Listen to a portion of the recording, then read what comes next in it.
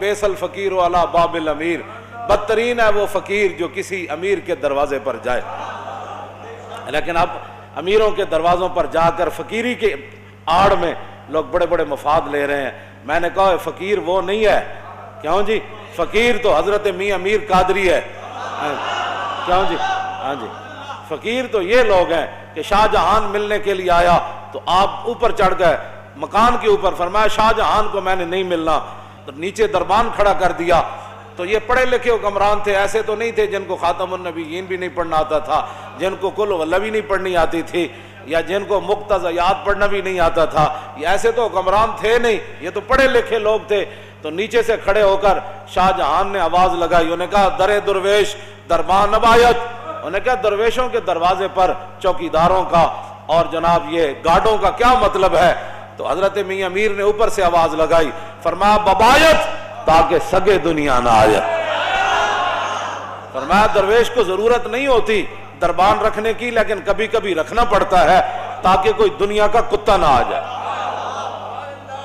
صوفی تو کسی کو کہتا ہی کچھ نہیں ہے۔ میں نے کہا شاہ جہان کو کیا کہہ دیا آپ نے؟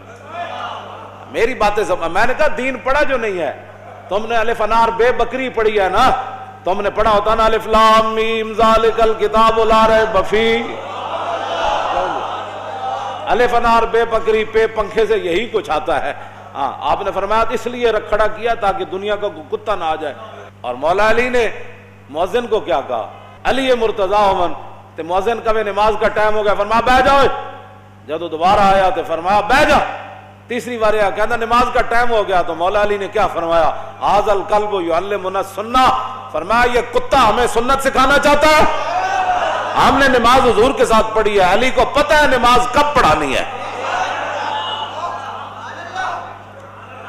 یہ ہمیں پھس پھسی باتیں نہ بتایا کرو، ہم نے پڑھی ہوئی ہے، یہ چیزیں رکھی ہوئی ہیں، مانتے کوئی نہیں لیکن کم از کم تھوڑے جو پڑھے ہوتے ہیں، مانتے کوئی نہیں، مانتے ایک کو گالتے انی احب اللہ و رسولہ، ہمیں مان اس بات پر ہی ہے کہ ہم اللہ رسول سے محبت کرتے ہیں۔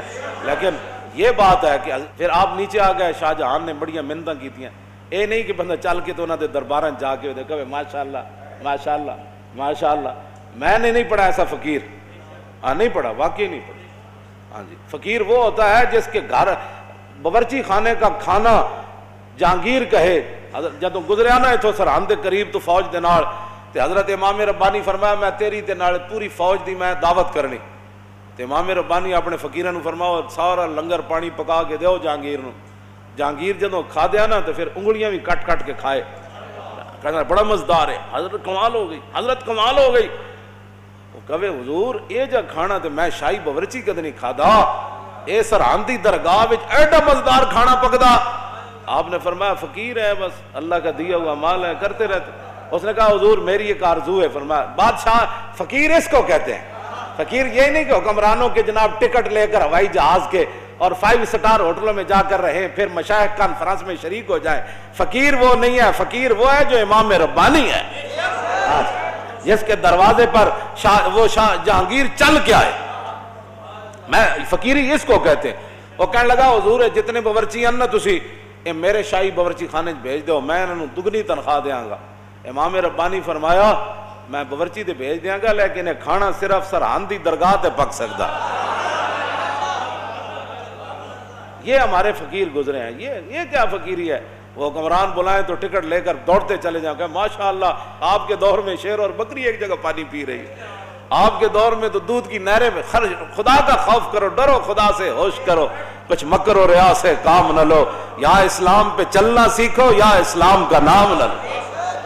حضرت میاں امیر تھلے آئے تو شاہ جہان نہ ملاقات ہوئی، تو آپ دا ایک مرید اتنا سارا سونا ڈلی نے آ کے انہیں اپنے پیراں نوں نظرانہ پیش کی تھی، نظر پیش کی تھی، تو شاہ جہان کہانی کہانی آکھنا ویکھن لگ پیا، سمجھے کہانی آکھنا انہیں جدوں ویکھیا نا تو آپ نے فرمایا گفت شیخ این زر حق کے سلطان ماست۔ حضرت میاں امیر فرمان لگے او میرے مریدا اے سونا مینو نہ دے، اے شاہ جہان نو دے دے۔ میں کہا حضور میں تواڈے واسطے لے آیا۔ فرمایا آن کے در پیراہن شاہی گداست، فرمایا شاہی لباس پیا لیکن اندروں بھکھا ہی ہے، انہوں دے۔ اس واسطے حضرت امام ربانی